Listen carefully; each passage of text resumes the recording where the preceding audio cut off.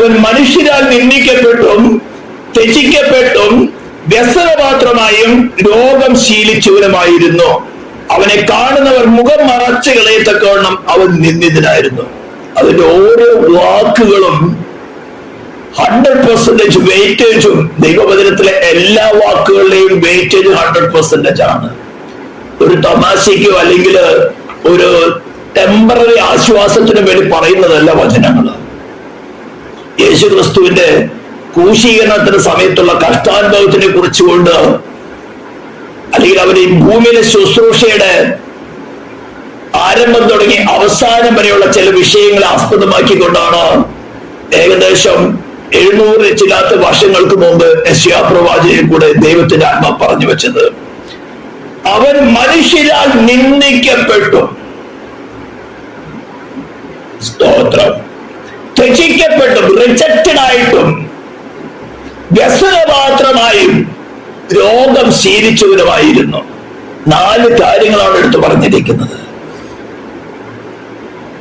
അവൻ മനുഷ്യരാൽ നിന്ദിതനായി തീരുന്നു, മനുഷ്യരാൽ റിജക്റ്റഡ് ആയി തീരുന്നു, വ്യസനത്തിന്റെ മാത്രമായി തീരുന്നു, സ്തോത്രം, രോഗം ശീലിച്ചവരായി തീരുന്നു. ഇതാണ് ക്രൂശിക്കപ്പെട്ടവരായി ക്രിസ്തുവിന്റെ സുവിശേഷം ഏറ്റെടുക്കുന്നവർക്ക് കിട്ടുന്നതായിട്ടുള്ള പ്രതിഫലം, ഈ ഭൂമിയിൽ കിട്ടുന്ന പ്രതിഫലം.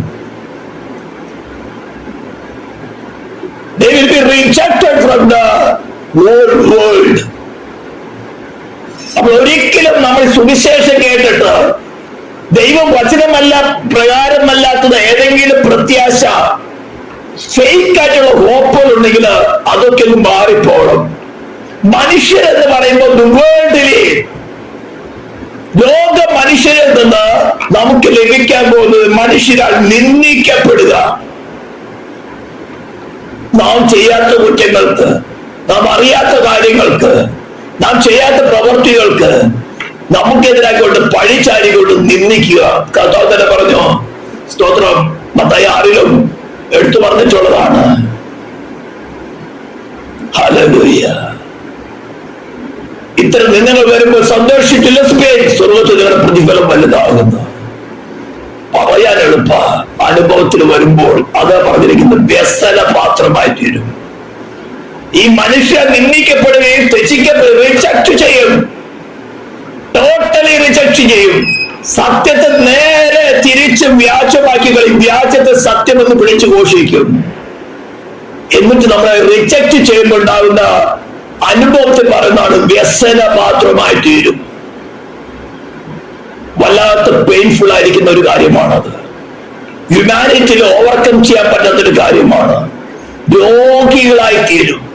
ആ ഭാരം കൊണ്ട്, ആ വ്യസനപാത്രം കൊണ്ട് രോഗികളായി തീരും.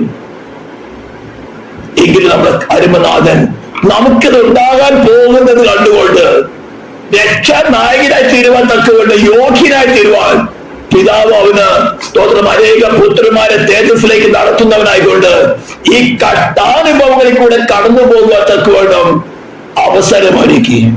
എന്നിട്ട് തികഞ്ഞവനായി തീരണം. കഷ്ടാനുഭവങ്ങളിലൂടെ കടന്നു തികഞ്ഞവനായി ഇതേ അനുഭവം നമുക്കുണ്ടാകുമ്പോൾ നമ്മുടെ അരികിൽ വന്ന് ഭാരപ്പെടേണ്ട, ഭയപ്പെടേണ്ട, ഞാൻ നിന്നോട് കൂടെയുണ്ട്, ഞാനും ഇതേ അനുഭവത്തിൽ കൂടെ കടന്നു പോയതല്ലയോ. അഗസമനത്തോട്ടം തുടങ്ങി അവസാനം ഞാൻ നിന്നെ കൈവിട്ടു എന്ന് പറഞ്ഞുകൊണ്ട് അത്യുറ്റിച്ച് നിലവിളിച്ചതിന് ശേഷം എന്റെ ആത്മാവിന് ഞാൻ നിങ്ങൾ ബലമേൽപ്പിക്കെന്ന് പറഞ്ഞ അവസാന നിമിഷം വരേക്കും ഉണ്ടായ അനുഭവങ്ങൾ നോക്കണം. അവൻ മറിയയുടെ ഉദരത്തിൽ ഉരുവാകുന്ന സമയം തുടങ്ങി വിളിക്കപ്പെടുന്ന എന്താണ്? മറിയയുടെ പുത്രൻ, വേശ്യാപുത്രൻ. വിവാഹ നിശ്ചയം നടന്നുവെങ്കിലും അവർ കൂടി വരുന്നതിന് മുമ്പ് ഒരു കന്യക ഗർഭിണിയായി തീരുക. ന്യായപ്രമാണ പ്രകാരം അവരെ കല്ലെറിഞ്ഞു കൊല്ലണം. ദൈവം തന്നെ കൊടുത്ത ന്യായപ്രമാണം, ആ ന്യായപ്രമാണം കൊടുത്തവൻ തന്നെയാണ് ഉദരത്തിൽ വന്നത്. ആ ന്യായപ്രമാണം കൊടുത്തവർ നല്ലവണ്ണം അറിയാതിന്റെ ശിക്ഷ അവൻ തന്നെ എന്താണ് അരുളി ചെയ്തിരിക്കുന്നത്? അങ്ങനെയുള്ളവരെ കല്ലെറിഞ്ഞു കൊല്ലണം.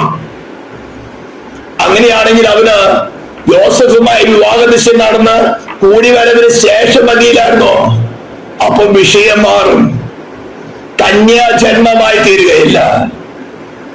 ഇത്രയെല്ലാം ചെയ്തിട്ട് പോലും സേട്ടാൻ സത്യത്തെ മറച്ചുകൊണ്ട് വ്യാജത്തെ ശരിയാക്കാൻ നോക്കുമ്പോൾ, പക്ഷെ പ്രവചനം നടന്നിരിക്കുന്നത് കന്യക ഗർഭം ധരിച്ച ഒരു മകനെ പ്രസവിക്കും, അവന് ദൈവം നമ്മോടുകൂടെ നടത്തുമുള്ള ഇമ്മാനുവേൽ എന്ന് പേരുപെടുന്നതാണ്. സ്തോത്രം.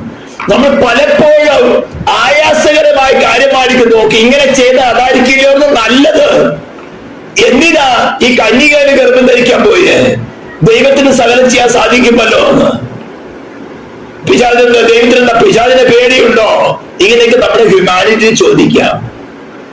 ന്യായപ്രമാണം കൊടുത്തവൻ തന്നെ വിവാഹം കഴിയാത്തൊരു സ്ത്രീ ഗർഭിണിയായ അവളെ പരപുരുഷനാൽ ഗർഭിണിയായ കല്ലെറിഞ്ഞു കൊല്ലണമെന്ന ന്യായപ്രമാണം നിൽക്കുമ്പോൾ തന്നെ ന്യായപ്രമാണത്തിന് കീഴുള്ളവനായിട്ട് തന്നെ കാലസമ്പൂർണ്ണയില് കന്യകയിൽ ജന്മമെടുക്കുകയാണ്. ഇതൊന്നും മാത്രം ധ്യാനിച്ചാൽ മതി, അവന്റെ നീതി നിവർത്തിക്കാൻ വേണ്ടി അവൻ ചെയ്തെടുത്ത എത്രയോ വൻ കാര്യമാണെന്ന്.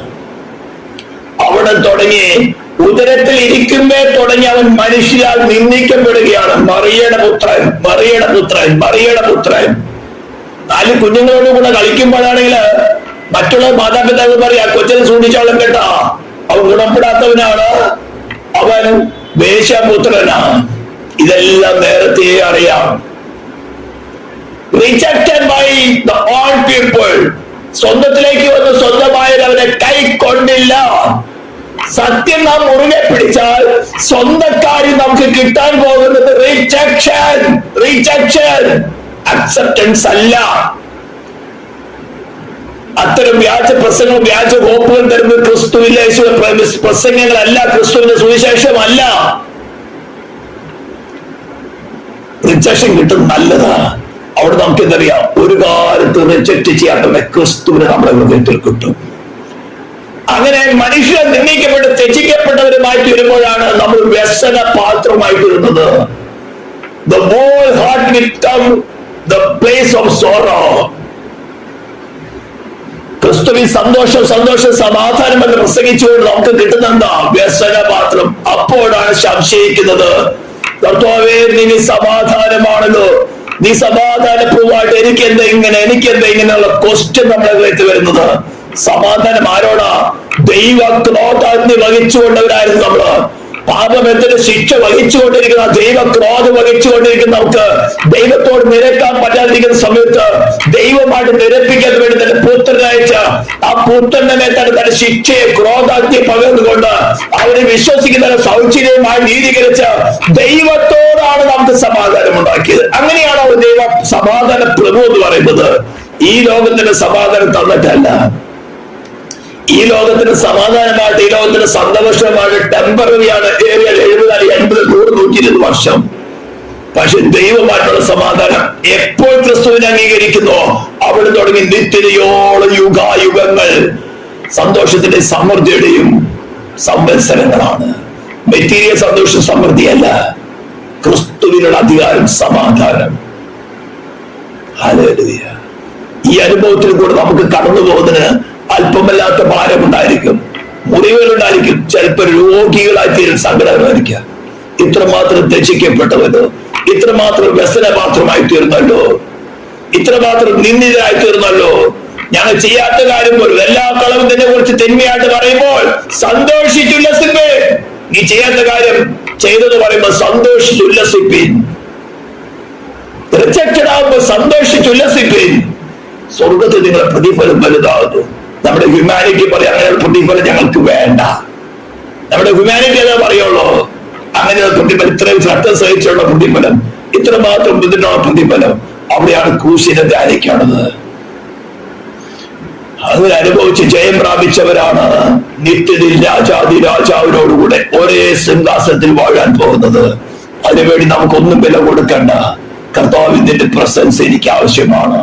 നിന്നെ കൂടാതെ എനിക്ക് ഈ അവസരത്തെ ഓവർകം ചെയ്യാൻ സാധ്യമല്ല. നീ എന്നെ പോലെ നിന്ദിക്കപ്പെട്ടത് ത്യജിക്കപ്പെട്ടവനുമാണല്ലോ. നീ ഇത് അനുഭവിച്ചിട്ടുള്ളതാണല്ലോ കർത്താവേ. എനിക്ക് നിന്റെ സാന്നിധ്യം ഇപ്പോൾ ആവശ്യമാണ്, ഇപ്പോൾ ആവശ്യമാണ്. നാളെയല്ല, ഇപ്പോൾ. തത്സമയത്ത് കൃപ ലഭിപ്പാൻ ധൈര്യത്തോടെ കൃപാസനത്തിലേക്ക് കടത്തു ചെല്ലാനാണ് പറഞ്ഞിരിക്കുന്നത്. It's an offer, free offer. എങ്ങനെയാ? ക്രിസ്തു മുഖാന്തരം. ഇവനൊരു പ്രിയപുത്രൻ, ഇവനെ ഞാൻ പ്രസാദിച്ചിരിക്കുന്ന അത്യുന്ന തേജസ്സിൽ നിന്ന് പുറപ്പെട്ട ശബ്ദമാണ്.